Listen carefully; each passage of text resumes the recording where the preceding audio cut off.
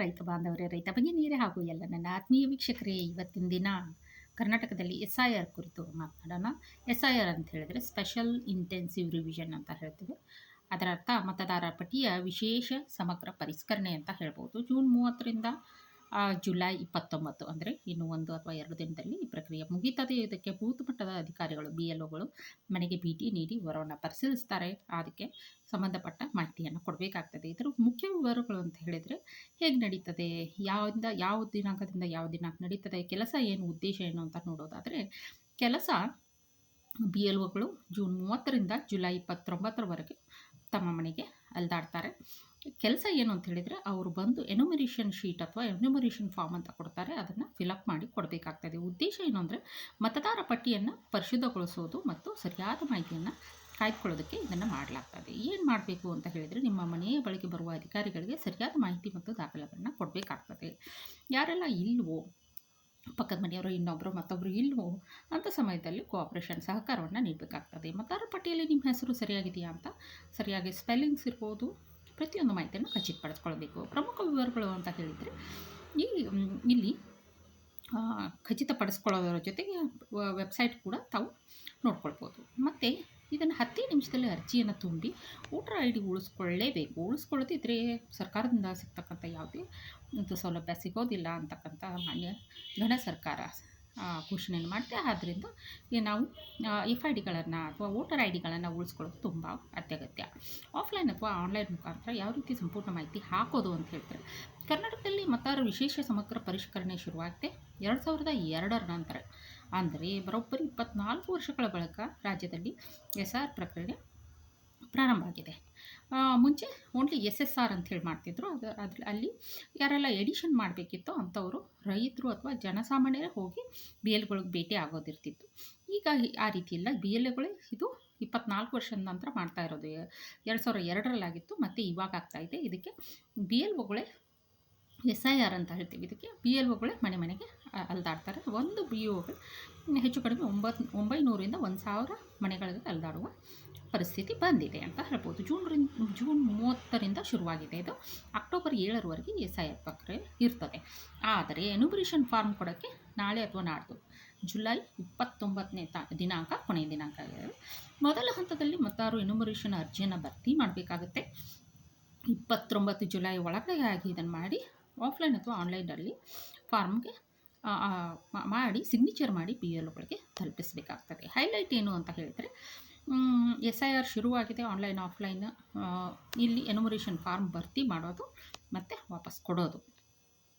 ಇಲ್ಲಿ ಏನಾಗ್ತಾ ಇದೆ ಅಂತ ಹೇಳಿದರೆ, ಮನೆ ಮನೆಗೆ ಬಂದು ಎನ್ಯುಮರೇಷನ್ ಫಾರ್ಮ್ ಏನು ಕೊಡ್ತಾರೆ, ಕೊಟ್ಟು ಚೀಟಿ ಇದನ್ನು ಹಚ್ಚೋಗ್ತಾರೆ, ಸ್ಟಿಕ್ಕರ್ನ ಹಚ್ಚೋಗ್ತಾರೆ ಮನೆಗೆ. ಅಲ್ಲಿ ನಿಮ್ಮ ಹೆಸರು ಡಿಲೀಟ್ ಆಗಬಾರ್ದು, ನಿಮ್ಮ ಹೆಸರು ಡಿಲೀಟ್ ಆಗಬಾರ್ದು ಅಂತ ಹೇಳಿದರೆ ನೀವು SIRನಲ್ಲಿ ಪ್ರಕ್ರಿಯೆಯಲ್ಲಿ ಭಾಗವಹಿಸಬೇಕಾಗ್ತದೆ ಕಡ್ಡಾಯವಾಗಿ. ಇದು ಬೃಹತ್ ಮತದಾರ ಪಟ್ಟಿ ಪರಿಷ್ಕರಣೆ ಆಗ್ತಾ ಇದೆ. ಈಗಾಗಲೇ ಹಲವು ರಾಜ್ಯಗಳಲ್ಲಿ SIR ಮುಗಿದಿದ್ದು ನಮ್ಮಲ್ಲಿ 3ನೇ ಹಂತದಲ್ಲಿದೆ. ನಮ್ಮ ಕರ್ನಾಟಕದಲ್ಲಿ 3ನೇ ಹಂತದಲ್ಲಿ ನಡೆಯುತ್ತಿದೆ. SIR ಎನ್ಯುಮರೇಷನ್ ಅರ್ಜಿ ಭರ್ತಿ ಮಾಡಲು ಚುನಾವಣಾ ಆಯೋಗ ಆನ್ಲೈನ್ ಅಥವಾ ಆಫ್ಲೈನ್ಗೆ ಅವಕಾಶ ಮಾಡಿಕೊಟ್ಟಿದೆ. ಜುಲೈ 29 ಪ್ರಕ್ರಿಯೆ ವರೆಗೂ ಚಾಲ್ತಿ ಇರ್ತದೆ. ಒಂದು ವೇಳೆ ನೀವು ಈ ಹಂತದಲ್ಲಿ ಮಾಹಿತಿ ನೀಡದಿದ್ದರೆ ಮತದಾರ ಪಟ್ಟಿಯಿಂದ ನಿಮ್ಮ ಹೆಸರು ಡಿಲೀಟ್ ಆಗೋ ಸಾಧ್ಯತೆ ಇರ್ತದೆ. ಆನ್ಲೈನ್ ಅಥವಾ ಆಫ್ಲೈನ್ನಲ್ಲಿ ಎನ್ಯುಮರೇಷನ್ ಫಾರ್ಮನ್ನು ಭರ್ತಿ ಮಾಡುವುದು ಹೇಗೆ ಅಂತ ಹೇಳಿದರೆ ಎಂಬುದರ ಕುರಿತಾಗಿ ಇದು ಮಾಡೋದಾದರೆ, BLOಗಳು ನಿಮ್ಮ ಮನೆಗೆ ಬರ್ತಾರೆ, ಬಂದುಬಿಟ್ಟು ಎನ್ಯುಮರೇಷನ್ ಶೀಟನ್ನು ಕೊಡ್ತಾರೆ.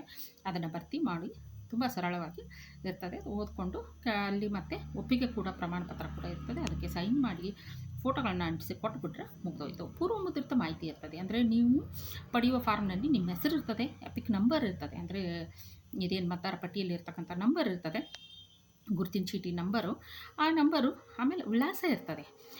ಅದನ್ನು ಒಮ್ಮೆ ಚೆಕ್ ಮಾಡ್ಕೋಬೇಕು. ಅದರಲ್ಲಿ ಏನಾದರೂ ತಪ್ಪಾಗಿದೆಯಾ ಅಥವಾ ನಿಮ್ಮ ಕ್ಷೇತ್ರದ ಹೆಸರು, ಮತಗಟ್ಟೆ ಹೆಸರು, ಕ್ರಮ ಸಂಖ್ಯೆ ಕೂಡ ಇರ್ತದೆ. ಅಲ್ಲಿ QR ಕೋಡು ಇರ್ತದೆ, ಹಳೆ ಭಾವಚಿತ್ರ ಇರ್ತದೆ, ಪ್ರತಿಯೊಂದು ಇರ್ತದೆ. ಆಗ ಅದನ್ನು ಸರಿಯಾಗಿ ಚೆಕ್ಕನ್ನು ಮಾಡ್ಕೊಳ್ಬೇಕು, ಎಲ್ಲಾದರೂ ತಪ್ಪಾಗಿದೆಯಾ ಅಂತ. ಮತ್ತು ಹೊಸ ಫೋಟೋವನ್ನು, ಹಳೆಯ ಫೋಟೋ ಪಕ್ಕದಲ್ಲಿಯೇ ಒಂದು ಸ್ವಲ್ಪ ಜಾಗ ಇರ್ತದೆ, ಅಲ್ಲಿ ಹೊಸ ಫೋಟೋವನ್ನು ಕೂಡ ಅಂಟಿಸಬೇಕಾಗ್ತದೆ. ಆಮೇಲೆ ಅದಲ್ಲದೆ BLOಗಳು ಅದೇ ಫಾರ್ಮಲ್ಲಿ ನಿಮಗೆ ಸಂಬಂಧಿಸಿದಂಥ BLOಗಳ ಹೆಸರು ಕೂಡ ಇರ್ತದೆ. ಅಂಗನವಾಡಿ ಕಾರ್ಯಕರ್ತರು ಅವ್ರು ಯಾರೋ ಕೆಲಸ ಮಾಡ್ತಿರ್ತಾರೆ, ಅವ್ರದ್ದು ಫೋನ್ ನಂಬರು ಅದು ಕೂಡ ಇರ್ತದೆ. ತಿಳಿದೇ ಇದ್ದರೆ ಅವ್ರಿಗೆ ಜೊತೆ ಮಾತಾಡ್ಬೋದು. ಹೊಸ ಫೋಟೋವನ್ನು ಅಂಟಿಸ್ಬೇಕಾಗ್ತದೆ. ಮತ್ತು ಮ್ಯಾಪಿಂಗ್ ಪ್ರಕ್ರಿಯೆ ನಡೀತದೆ. ಇದಾದ ನಂತರ ಮ್ಯಾಪಿಂಗ್ ಪ್ರಕ್ರಿಯೆ ಅಂದರೆ ಒಂದು ವೇಳೆ ನೀವು 2002ರಲ್ಲಿ ನೀವಿಲ್ಲ ಅಂತ ಹೇಳಿದರೆ 18 ವರ್ಷಕ್ಕಿಂತ ಚಿಕ್ಕವರಾಗಿರ್ಬೋದು, ಅಥವಾ ಆ ಊರಲ್ಲಿಲ್ಲದೆ ಬೇರೆ ರಾಜ್ಯದಿಂದ ವಲಸೆ ಬಂದಿರ್ಬೋದು. ಅಂಥ ಒಂದು ಸಂದರ್ಭದಲ್ಲಿ ನಿಮ್ಮ ಕುಟುಂಬದ ಹಿರಿಯರು, ತಂದೆ ತಾಯಿ ಅಥವಾ ಪತಿ ಜೊತೆಗೆ ಮ್ಯಾಪಿಂಗ್ ಮಾಡ್ಕೊಳ್ಬೇಕು. ನೀವು 2000 ಬೇರೆ ರಾಜ್ಯದಿಂದ ಬಂದಿದ್ರಿ ಅಂತ ಹೇಳಿದರೆ ಅಲ್ಲೂ ಕೂಡ SR ಪ್ರಕ್ರಿಯೆ ಆಗಿರ್ತದೆ 2002ರಲ್ಲಿ. ಆಗ ಕೂಡ ನೀವು ಸಿಟಿಸನ್ ಆಫ್ ಇಂಡಿಯಾನೇ ಇರ್ತೀರಿ. ನಾಗರಿಕರು, ಭಾರತದ ನಾಗರಿಕರೇ ಆಗಿರೋದ್ರಿಂದ ಅವ್ರು ಕೂಡ ಇಲ್ಲಿ ಮಾಡ್ಕೊಳ್ಬೋದು. ನಿಮ್ಮ ವಿವರಗಳನ್ನು, ನಿಮ್ಮ ತಂದೆ ತಾಯಿ ಪತಿ ವಿವರಗಳನ್ನು ಪ್ರತಿಯೊಂದನ್ನು ಹಾಕ್ಕೊಂಡು ನಿಮ್ಮ ವಿಧಾನಸಭಾ ಮತಕ್ಷೇತ್ರ ಮತಗಟ್ಟೆ ಸಂಖ್ಯೆ ಪ್ರತಿಯೊಂದು ಅಲ್ಲಿರ್ತದೆ, ಕ್ರಾಸ್ ವೆರಿಫೈ ಮಾಡ್ಕೊಂಡು ಸಬ್ಮಿಟ್ ಮಾಡಬೇಕು.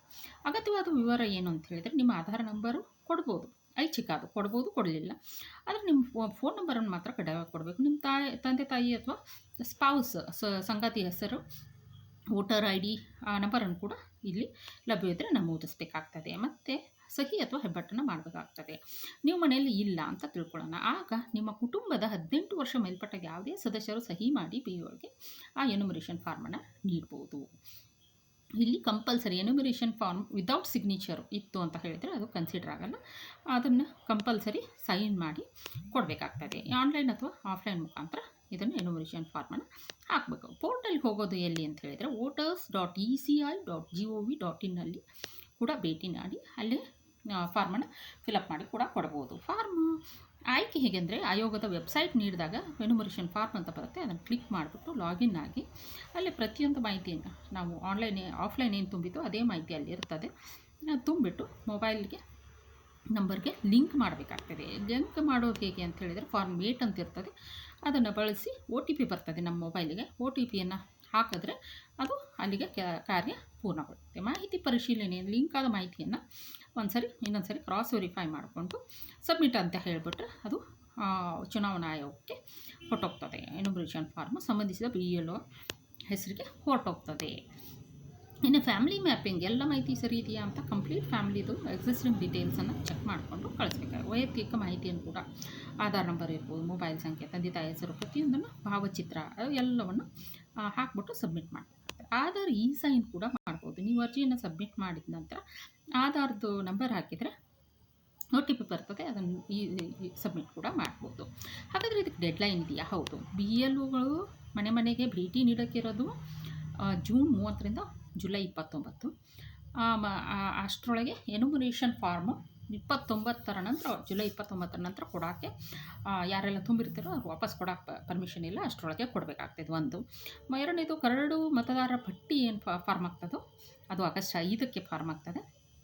ಆಕ್ಷೇಪಣೆ ಏನಾದರೂ, ಅದು ಫಾರ್ಮ್ ಆದ ತಕ್ಷಣ ಆನ್ಲೈನಲ್ಲೂ ನೋಡ್ಬೋದು, ಆಫ್ಲೈನಲ್ಲೂ ನೋಡ್ಬೋದು. ಆಕ್ಷೇಪಣೆ ಏನಾದರೂ ಸಲ್ಲಿಸೋಕ್ಕೆ ಇದ್ದರೆ, ಅವಕಾಶ ಇದ್ದರೆ, ಉದಾಹರಣೆಗೆ ಸ್ಪೆಲ್ಲಿಂಗ್ ಮಿಸ್ಟೇಕ್ ಆಗಿರ್ತದೆ ಅಥವಾ ಅಡ್ರೆಸ್ಸು ಮಿಸ್ಟೇಕ್ ಆಗಿರ್ತದೆ, ಅಂಥದ್ದು ಏನಾದರೂ ಆಕ್ಷೇಪಣೆ ಇದ್ದರೆ ಆಗಸ್ಟ್ 5ರಿಂದ ಸೆಪ್ಟೆಂಬರ್ 4ರವರೆಗೂ ತಿದ್ದುಪಡಿ ಮಾಡ್ಕೊಳ್ಬೋದು. ಮತ್ತೇನಾದರೂ ಪ್ರಕರಣಗಳು ಇತ್ಯರ್ಥ ಆಗೋದಿತ್ತು ಅಂತ ಹೇಳಿದರೆ ಅಕ್ಟೋಬರ್ 3ರವರೆಗೂ ಆಗುತ್ತೆ. ಕೊನೆಯದಾಗಿ ಅಕ್ಟೋಬರ್ 7ರವರೆಗೆ ಅಂತಿಮ ಮತದಾರ ಪಟ್ಟಿ ಪ್ರಕಟವಾಗ್ತದೆ. ಆದ್ದರಿಂದ ಎಲ್ಲರೂ ದಯವಿಟ್ಟು ಅದನ್ನು ಮಾಡ್ಕೊಳ್ಬೇಕು ಅಂಥೇಳಿ. ಇಲ್ಲಿ ಮುಖ್ಯವಾಗಿ ಗಮನಿಸುವ ಅಂಶಗಳು ಅಂತ ಹೇಳಿದರೆ ನಿಮ್ಮ ಕಾರ್ಡ್ನಲ್ಲಿರೋ ಹೆಸರು, ವೋಟರ್ IDಯಲ್ಲಿರೋ ಹೆಸರು ಎರಡೂ ಮ್ಯಾಚ್ ಆಗಬೇಕು. ಕಾರ್ಡ್ನಲ್ಲಿ ಒಂದು ಹೆಸರಿದೆ, ನಿಮ್ಮ ಆಧಾರ್ ಕಾರ್ಡ್ನಲ್ಲಿ ವೋಟರ್ IDಯಲ್ಲಿ ಒಂದು ಹೆಸರಿದೆ ಅಂತ ಹೇಳಿದರೆ ಸಮಸ್ಯೆ ಉಂಟಾಗ್ತದೆ. ಆದ್ದರಿಂದ ಅದನ್ನು ಸರಿಪಡಿಸ್ಕೊಂಡು ಪಟ್ಟಿಯನ್ನು ನಿರ್ಲಕ್ಷ್ಯ ಮಾಡದೆ ಕೆಲಸವನ್ನು ಮುಗಿಸ್ಕೊಳ್ಬೇಕು ಅಂಥೇಳಿ. ಇನ್ನು ಇದು SIR ಕುರಿತಾಗಿ ಆಯಿತು. ಇನ್ನು ಇವತ್ತಿನ ಟ್ಯಾಗ್ಲೈನ್ ಬಂದು ಉತ್ತಮವಾದದ್ದು ಇದ್ದರೆ ಹೊಗಳಿ, ಇದ್ದಿದ್ದರೆ ತಪ್ಪಿಗಿರಿ. ಕುವೆಂಪು ಅವ್ರು ಹೇಳ್ತಾರೆ ಇದನ್ನು. ಯಾವುದೇ ಒಂದು ಪರ್ಸನ್ನನ್ನು ನೋಡಿದಾಗ ನಿಮಗೆ ಅವರಲ್ಲಿ ಒಳ್ಳೆಯ ಗುಣ ಕಂಡರೆ ಹೊಗಳಬೇಕು. ಕೆಟ್ಟ ಗುಣ ಕಾಣ್ತೋ ಅದನ್ನು ಅವಶ್ಯಕತೆ ಇಲ್ಲ, ಅದ್ರ ಬಗ್ಗೆ ಹೇಳುವುದಾಗಲಿ ಮಾತಾಡೋದಾಗಲಿ ಅವಶ್ಯಕತೆ ಇಲ್ಲ, ಜಸ್ಟ್ ನೆಗ್ಲೆಕ್ಟ್ ಮಾಡಬೇಕು ಅಂತ ಹೇಳ್ತಾರೆ. ಅದರಿಂದ ನಾವು ಒಳ್ಳೆಯ ಗುಣಗಳನ್ನು ಬೆಳೆಸ್ಕೊಳ್ಳೋಣ ಅಂತ ತಿಳಿಸ್ತಾ, ಎಲ್ಲ ನಗ್ನಗ್ತಾಗಿರಿ, ಖುಷಿಯಾಗಿರಿ ಅಂತ ತಿಳಿಸ್ತಾ, ಸರ್ವೇ ಜನ ಸುಖಿನೋ ಭವಂತು.